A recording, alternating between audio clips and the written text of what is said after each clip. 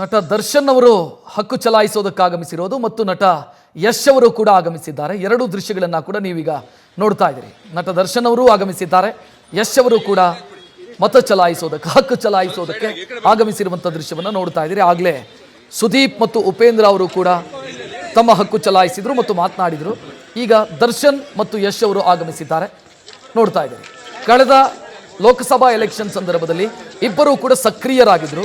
ಈ ಬಾರಿ ದರ್ಶನ್ ಸಕ್ರಿಯರಾಗಿದ್ದರು, ಯಶ್ ಅವರು ಪ್ರಚಾರ ಕಣದಲ್ಲೇನು ಸಕ್ರಿಯರಾಗಿರಲಿಲ್ಲ. ಆದರೆ ಹಕ್ಕು ಚಲಾಯಿಸೋದಕ್ಕೆ ಯಶ್ ಅವರು ಆಗಮಿಸಿದ್ದಾರೆ, ನೋಡ್ತಾ ಇದ್ದೀರಿ. ದರ್ಶನ್ ಈ ಬಾರಿ ಮಂಡ್ಯದಲ್ಲಿ ಪ್ರಚಾರ ಕಣದಲ್ಲೂ ಕೂಡ ಗುರುತಿಸಿಕೊಂಡಿದ್ರು, ಅವರು ಕೂಡ ಬಂದು ಹಕ್ಕು ಚಲಾಯಿಸಿದ್ದಾರೆ, ಹಕ್ಕು ಚಲಾಯಿಸೋದಕ್ಕೆ ಆಗಮಿಸಿದ್ದಾರೆ. ಆ ದೃಶ್ಯ ನೋಡ್ತಾ ಇದ್ದೀರಿ.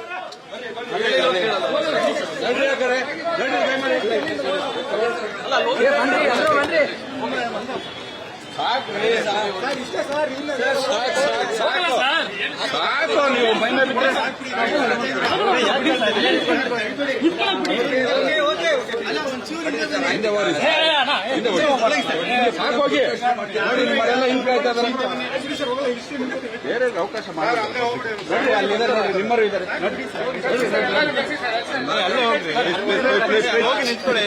ಆ ಕಡೆ ಹೋಗ್ಬಿಡಿ ಯಾರು ಎಲ್ಲರೂ ಅಲ್ಲಿದ್ದಾರೆ. ನಡ್ರಿ, ನಾನು ಹೇಳಿದ್ರು ಆವಾಗ ಅಲ್ಲಿ ಇರ್ಬೇಕು ಅಂತ. ನಡ್ರಿ ಬನ್ನಿ ಬನ್ನಿ ಸರ್, ಅಲ್ಲಿಗೆಲ್ಲ ಬನ್ನಿ ಸರ್, ಬನ್ನಿ ಅಲ್ಲಿಂದ ಕಾಣುತ್ತೆ. ನಡ್ರಿ ಅಲ್ಲಿ ಬರ್ತಾರೆ, ಬನ್ನಿ ಬನ್ನಿ ಸರ್, ಬನ್ನಿ ಕಳಿಸಿ ಅವ್ರಿಗೆ. ಬನ್ನಿ ಸರ್, ಬನ್ನಿ ಬನ್ನಿ ಬನ್ನಿ ಸಾಕು, ಬನ್ನಿ ಬನ್ನಿ ಸರ್, ಬನ್ನಿ ಬನ್ನಿ ಆಯ್ತು ಸಾಕು. ನಡ್ರಿ 2 ನಿಮಿಷ ಆಗಿ ಬೇಗ ಸ್ವಲ್ಪ ಇವ್ರೆ ಆಯ್ತು ಎಲ್ಲ ಹೋಗಿದ್ದಾರೆ. ನೀವೇ ಎಲ್ಲ ಎಲ್ಲ ಇದ್ದಾರೆ, ನೀವು ಹೋಗ್ಬಿಟ್ರೆ ಎಲ್ಲ ಸರಿ ಆಗ್ತದೆ. ಸರಿ ನಡ್ರಿ ಸಾಕು, ಬಂದಿದ್ದು ನಡ್ರಿ. ಬನ್ನಿ ಸರ್, ಬನ್ನಿ ಬನ್ನಿ ಬನ್ನಿ ಬಂದ್ರೆ ನಡ್ರಿ, ವಾಪಸ್ ಬರ್ತಾರೆ ಬನ್ನಿ ಸರ್. ನಡ್ರಿ ನೀವು ಬನ್ನಿ ಸರ್, ನಡ್ರಿ ನಡ್ರಿ ಎಲ್ಲ ನಡ್ರಿ, ಹೇಳ್ತೀನಿ ಎಲ್ಲ ನಡ್ರಿ, ಬನ್ನಿ ದಯಮಾಡಿ ಬನ್ನಿ.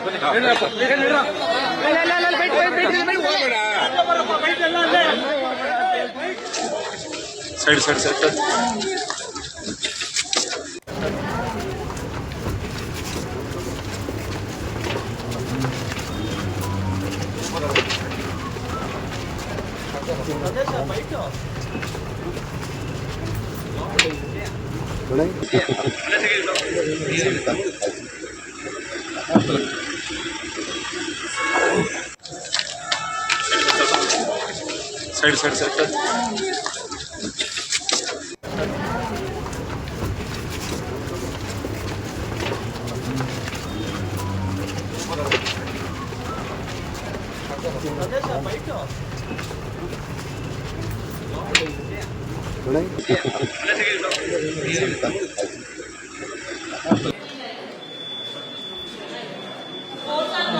ಟಾಪ್ ಬ್ಯಾಂಡ್ ನೋಡಿ. ಅದು ಸ್ವಲ್ಪ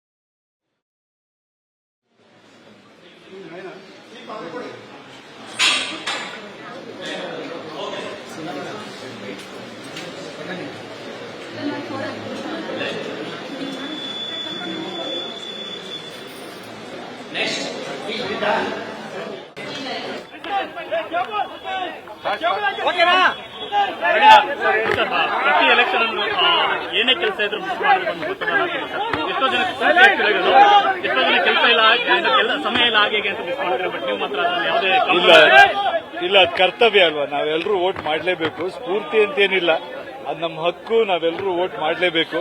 ಐ ಥಿಂಕ್ ಅದು ನಾವು ಅಭ್ಯಾಸ ಮಾಡ್ಕೊಂಡ್ಬಿಡ್ಬೇಕು. ಯಾವಾಗಿಂದ ವೋಟಿಂಗ್ ನಿಮ್ಗೆ ಬಂದಿರುತ್ತೋ ನಿಮ್ ಡಿಸಿಷನ್ಗಳು ನೀವು ತಗೋತಾ ಇರಬೇಕು. ಪ್ರತಿ ಹಂತದಲ್ಲೂ ನೀವೇನ್ ತಗೊಂಡಿದ್ರಿ ಆ ಡಿಸಿಷನ್ ಅಬ್ಸರ್ವ್ ಮಾಡಿ ಕಲಿತಾ ಹೋಗ್ಬೋದು, ಮೆಚೂರ್ ಆಗ್ತಾ ಹೋಗ್ಬೋದು. ಈ ಪರಿಸರ ವೋಟಿಂಗ್ ಪರ್ಸೆಂಟ್ ಇಲ್ಲಿ ತನಕ ಆಗಿರೋ ಟಿಲ್ ಸಮಯ ತನಕ ಚೆನ್ನಾಗಿ ಆಗ್ತಾ ಇದೆ ಅಂತ ಹೋದ್ ಸರಿ ಹೋಲಿಸ್ತಾರೆ. ಗುಡ್, ಒಳ್ಳೇದು. ವೋಟಿಂಗ್ ಜಾಸ್ತಿ ಆಗಬೇಕು, ಅವೇರ್ನೆಸ್ ಜಾಸ್ತಿ ಆಗಬೇಕು ಅಂತ. ಐ ಥಿಂಕ್ ಎಷ್ಟು ವೋಟಿಂಗ್ ಆಗುತ್ತೆ ಅಷ್ಟು ಒಳ್ಳೇದು. ಯಾಕಂದ್ರೆ ಎಲ್ಲರ ಅಭಿಪ್ರಾಯಕ್ಕೂ ಪ್ರಜಾಪ್ರಭುತ್ವದಲ್ಲಿ ಬೆಲೆ ಇರಬೇಕು. ಕೆಲವೊಮ್ಮೆ ಏನಾಗುತ್ತೆ, ಸ್ವಲ್ಪ ಜನ ಮಾತ್ರ ಮಾಡಿರ್ತಾರೆ, ಮಿಕ್ಕಿದವ್ರ ಅಭಿಪ್ರಾಯ ಏನಿರುತ್ತೆ ಅಂತ ನಮಗೆ ಗೊತ್ತಾಗದೇ ಇಲ್ಲ. ಸೊ ಎಲ್ಲರೂ ಮಾಡಿದಷ್ಟು ಒಳ್ಳೇದು. ಹಿರಿಯರು ಸೀನಿಯರ್ ಸಿಟಿಜನ್ಸ್ ಇರುವಂತ ಆ ಒಂದು ಕೇರು ಅಥವಾ ಇನ್ನು ಯಂಗ್ಸ್ಟರ್ಸ್ ಅಲ್ಲಿ ಬರುವಂತದ್ದು ಸಾಮಾನ್ಯ ಕಂಡು ಬರ್ತದೆ. ಇದು ಮಾಡ್ತಾರೆ. ಲಾಸ್ಟ್ ಟೈಮ್ ಹಿಂಗೆ ಹೇಳ್ತಾ ಇದ್ರೆ, ಆಮೇಲೆ ಪರ್ಸೆಂಟೇಜ್ ಜಾಸ್ತಿ ಆಯ್ತು. By the end of the day ಅದ್ರ ಬಗ್ಗೆ ಮಾತಾಡಬಹುದು ಅಂತ. ಲೋಕಸಭಾ ಎಲೆಕ್ಷನ್ ಯಶ್ ಅವರ ಕನಸಿನ ಭಾರತ ಹೇಗಿರ್ಬೇಕು ಅಂತ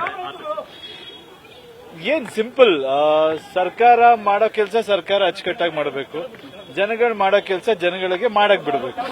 ಅಷ್ಟೇ ಅಲ್ವಾ ಗವರ್ನೆನ್ಸ್. ಸರ್ ಇಲ್ಲಿ ತನಕದ ಚೆನ್ನಾಗಿದೆ ಅಂತ ಅನ್ಸುತ್ತೆ ಸರ್, ನಿಮ್ಗೆ ತೃಪ್ತಿ ಕೊಡಿ. ಕೆಲವು ಡಿಪಾರ್ಟ್ಮೆಂಟ್ ಅಲ್ಲಿ ತೃಪ್ತಿ ಇರ್ಬೋದು, ಕೆಲವು ಇರಲ್ಲ.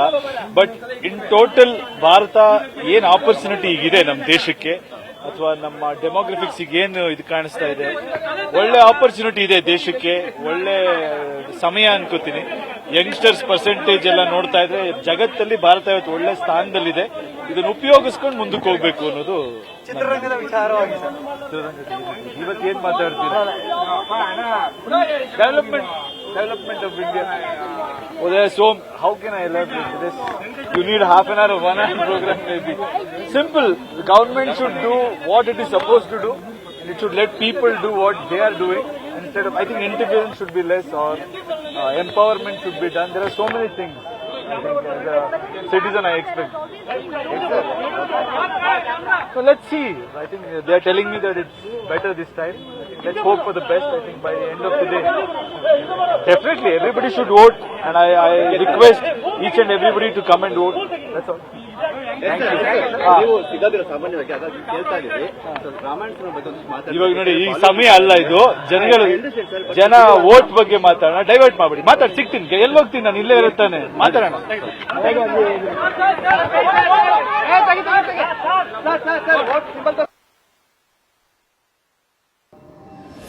ಇವತ್ತು ರಾಜ್ಯದಲ್ಲಿ ಮೊದಲ ಹಂತದ ಲೋಕಸಭಾ ಚುನಾವಣೆ ನಡೀತಾ ಇದೆ. ಸದ್ಯ ಮತಗಟ್ಟೆಗೆ ಹಿರಿಯ ಸಾಹಿತಿ, ಜ್ಞಾನಪೀಠ ಪ್ರಶಸ್ತಿ ಪುರಸ್ಕೃತರಾದಂತಹ ಡಾಕ್ಟರ್ ಚಂದ್ರಶೇಖರ್ ಕಂಬಾರ್ ಅವರು ಬಂದಿದ್ದಾರೆ. ಅವ್ರನ್ನ ಮಾತನಾಡಿಸ್ತಾ ಹೋಗ್ತೇನೆ. ಸರ್, ಮತದಾನ ಮಾಡಿ ಬಂದಿದ್ದೀರಾ, ಏನ್ ಹೇಳೋದಕ್ಕೆ ಇಷ್ಟಪಡ್ತೀರಾ ಸರ್? ಸಂತೋಷವಾಗ್ತದೆ.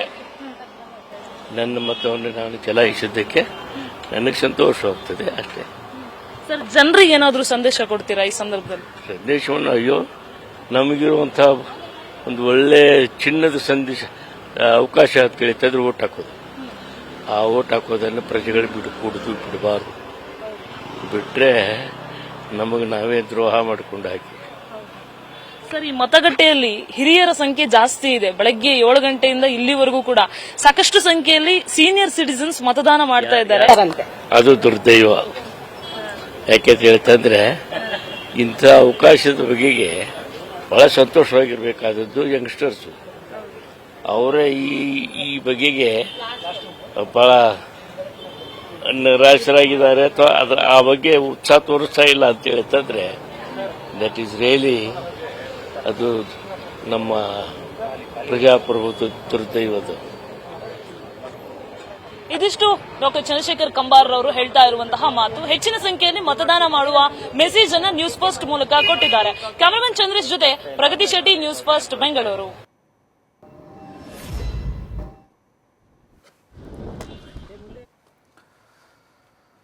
ಇನ್ನು ವಿವಿಧ ಮಠಾಧೀಶರು ಕೂಡ ತಮ್ಮ ಹಕ್ಕು ಚಲಾಯಿಸಿರೋದನ್ನ ನೀವು ನೋಡ್ತಾ ಇದ್ದೀರಿ. ಮೊದಲ ದೃಶ್ಯ ರಂಭಾಪುರಿ ಜಗದ್ಗುರುಗಳು, ಬಾಳೆಹೊನ್ನೂರಿನ ರಂಭಾಪುರಿ ಜಗದ್ಗುರುಗಳು ತಮ್ಮ ಹಕ್ಕು ಚಲಾಯಿಸಿರೋದು. ಮತ್ತೊಂದು ಆದಿಚುಂಚನಗಿರಿ ಮಠದ ನಿರ್ಮಲಾನಂದ ಶ್ರೀಗಳು, ಅವರು ಕೂಡ ತಮ್ಮ ಹಕ್ಕು ಚಲಾಯಿಸಿದ್ದಾರೆ.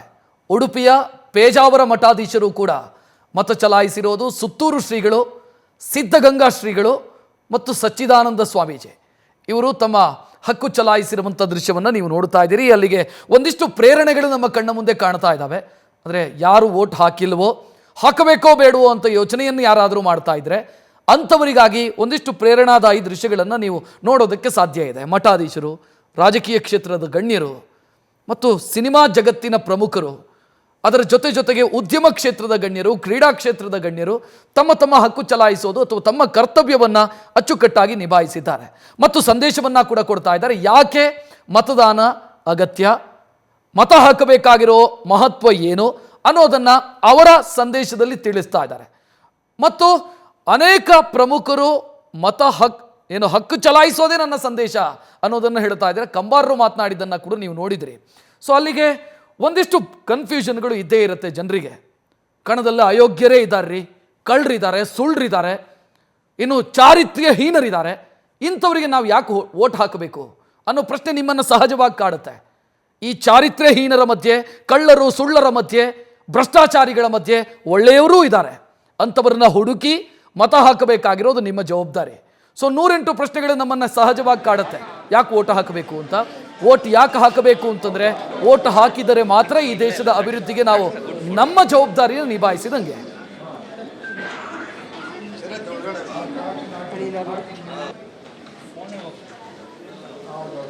ಇನ್ನು ತೇಜಸ್ವಿನಿ ಅನಂತಕುಮಾರ್ ಅವರು ಕೂಡ ಹಕ್ಕು ಚಲಾಯಿಸೋದಕ್ಕೆ ಆಗಮಿಸಿದ್ದಾರೆ. ಸರತಿ ಸಾಲಲ್ಲಿ ನಿಂತಿದ್ದಾರೆ. ಆ ದೃಶ್ಯವನ್ನ ಕೂಡ ನೀವು ಗಮನಿಸ್ತಾ ಇದ್ದೀರಿ. ಬೆಂಗಳೂರು ದಕ್ಷಿಣ ಲೋಕಸಭಾ ಕ್ಷೇತ್ರದ ವ್ಯಾಪ್ತಿಯ ಮತದಾರರವರು ಅವರು ಬಂದು ಹಕ್ಕು ಚಲಾಯಿಸಿರುವಂಥ ದೃಶ್ಯ ನೋಡ್ತಾ ಇದ್ದೀರಿ. ವೋಟ್ ಮಾಡಿ ಬಂದಿದ್ದೀವಿ. ನಾನು ಮತ್ತು ನನ್ನ ಮಗಳು ಐಶ್ವರ್ಯ, ಹಳೆಯ ದಿವೇಶ್ ಅವರು ಮತ್ತು ವಿಜೇತಾ, ನನ್ನ ತಂಗಿ ಪದ್ಮಿನಿ, ನಾವೆಲ್ಲರೂ ಬಂದು ವೋಟ್ ಮಾಡಿದ್ವಿ. ನಮ್ಮ ತಾಯಿನೂ ಜೊತೆಗೆ ಬಂದಿದ್ದರು, 83 ವರ್ಷ ಅವ್ರಿಗೆ. ಇದು ಒಂದು ರೀತಿಯ ಹಬ್ಬದ ವಾತಾವರಣವೂ ಇದೆ. ಪ್ರಜಾಪ್ರಭುತ್ವದ ಇದು ಒಂದು ದೊಡ್ಡ ಹಬ್ಬ.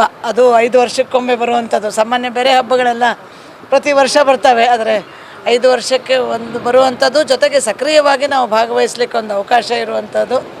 ಒಂದು ಮತ ದೊಡ್ಡ ಪ್ರಮಾಣದ, ನಮ್ಮ ಪ್ರತಿಯೊಬ್ಬರ ಒಂದು ಮತ ಅದು ನಮ್ಮ ದೇಶದ ಭವಿಷ್ಯವನ್ನು, ನಮ್ಮ ಎಷ್ಟೋ ಆಶೋತ್ತರಗಳಿಗೆ ಉತ್ತರ ಕೊಡಲಿಕ್ಕೆ ಅವಕಾಶ ಆಗತ್ತೆ ಅನ್ನೋದನ್ನು ನಾವು ಕಳೆದ ಚುನಾವಣೆಗಳಲ್ಲಿ ನೋಡ್ತಾ ಬಂದಿದ್ದೀವಿ. ಅಂತ ಇನ್ನೊಂದು ಚುನಾವಣೆ ಬಂದಿದೆ. ದೇಶಕ್ಕಾಗಿ ನಿಮ್ಮ ಮತ ಇರಲಿ. ಇದು ಲೋಕಸಭೆ ಚುನಾವಣೆ. ದೇಶಕ್ಕಾಗಿ, ದೇಶದ ಸುಭದ್ರತೆಗಾಗಿ, ದೇಶದ ಆರ್ಥಿಕತೆಯ ಬೆಳವಣಿಗೆಗಾಗಿ ಈ ಒಂದು ಮತ. ಇಷ್ಟೊಂದು ಬಿಸಿಲಲ್ಲೂ ಕೂಡ ಸರತಿ ಸಾಲು ಎಲ್ಲ ಕಡೆಗಳಲ್ಲೂ ಇದೇ ಥರದ ಇದು ಅಂದರೆ ವೋಟಿಂಗ್ ಜಾಸ್ತಿ ಆಗುತ್ತೆ ಅನಿಸುತ್ತಾ? ಉತ್ಸಾಹ ಇದೆ. ಬೆಳಗ್ಗೆ 7ರಿಂದನೇ ಸರತಿ ಸಾಲಿದೆ. ಹೀಗಾಗಿ ಬಿಸಿಲಿದ್ರೂ ನಮ್ಮ ಒಂದು ಏನು ಈ ಅಧಿಕಾರ ಇದೆ, ಹಕ್ಕನ್ನು ಚಲಾಯಿಸಬೇಕು ಅಂಥೇಳಿ ಜನ ಮನಸ್ಸು ಮಾಡಿದ್ದಾರೆ. ಜನರಿಗೆ ಗೊತ್ತಿದೆ ಏನು ಮಾಡಬೇಕು ಅಂತ, ಅದನ್ನು ಮಾಡ್ತಾ ಇದ್ದಾರೆ. ಗ್ರಾಮೀಣ ವೋಟರ್ಸ್ ಹೆಚ್ಚು ಮತದಾನ ಮಾಡ್ತಾರೆ ಮೇಡಮ್. ಬೆಂಗಳೂರು ಯಾವಾಗಲೂ ಕಮ್ಮಿ ಆಗೋದು. ಬೆಂಗಳೂರು ವೋಟರ್ ಆಗಿ ನೀವು ಏನು ಹೇಳಕ್ಕೆ ಏನಾಗಿದೆ ಅಂದರೆ, ನಮ್ಮ ಶಿಕ್ಷಣ ವ್ಯವಸ್ಥೆಯಲ್ಲಿ ಎಲ್ಲೋ ಒಂದು ಕಡೆ ಆ ಸಿನಿಕತನ ಬಂದುಬಿಟ್ಟಿರ್ತದೆ. ಏನು ಬಿಡಿ, ನಾವೇನು ಮಾಡಿದರೆ ಏನು ನನ್ನ ನೋಡ್ಕೊಳ್ಳೋಣ ಅನ್ನುವಂಥದ್ದು ಒಂದು ಬಂದಿದೆ. ಹೀಗಾಗಿ ಶೈಕ್ಷಣಿಕ ಪದ್ಧತಿಯಲ್ಲೂ ಬದಲಾವಣೆ ಮಾಡಬೇಕು ಅಂತೇಳಿ ನ್ಯೂ ಎಜುಕೇಷನ್ ಪಾಲಿಸಿ ಬಗ್ಗೆ ನಾವು ಮಾತಾಡ್ತಿದ್ದೀವಿ. ಸುಶಿಕ್ಷಿತರು ಇನ್ನೂ ಹೆಚ್ಚು ಜವಾಬ್ದಾರಿಯನ್ನು ತಗೊಳ್ಬೇಕು. ಆದರೂ ಬೆಂಗಳೂರಿನಲ್ಲಿರುವಂಥ ನಗರದ ಜನ ಜವಾಬ್ದಾರಿ ತಗೊಳ್ಬೇಕು. ಯಾಕಂದರೆ ಇಡೀ ರಾಜ್ಯ, ದೇಶ ಅವರನ್ನು ನೋಡ್ತಾ ಇರ್ತದೆ. ಆದರೆ ಇವತ್ತು ಇಲ್ಲಿ ಇರುವಂಥ ಕ್ಯೂ ನೋಡಿದಾಗ ನನಗನ್ಸುತ್ತೆ ಬೆಂಗಳೂರಿನವ್ರೂ ಮನೆಯಿಂದ ಎದ್ದು ಬಂದು ಬಿಸಿಲಿದ್ರೂ ಪರವಾಗಿಲ್ಲ ಅಂಥೇಳಿ ಕ್ಯೂ ಅಲ್ಲಿ ನಿಂತು ಓಟ್ ಹಾಕ್ತಾ ಇದ್ದಾರೆ. ನಾವು ಸುಮಾರು 1 ಗಂಟೆ ಕ್ಯೂ ಅಲ್ಲಿ ನಿಂತಿದ್ವಿ. ಹೀಗಾಗಿ ಸುಶಿಕ್ಷಿತ ಜನನೂ ತಮ್ಮ ಜವಾಬ್ದಾರಿಯನ್ನು ಅರ್ಥಕೊಳ್ಳಬೇಕು ಮತ್ತು ಮುಂದೆನೂ ಸಕ್ರಿಯವಾಗಿ ಸಹಭಾಗಿತ್ವವನ್ನು ತೋರಿಸಬೇಕು. 3ನೇ ಸಲ ನ್ಯೂಸ್ ಫಸ್ಟ್ ನಿರ್ಭೀತಿಯಿಂದ ನಿಮ್ಮ ಪರವಾಗಿ.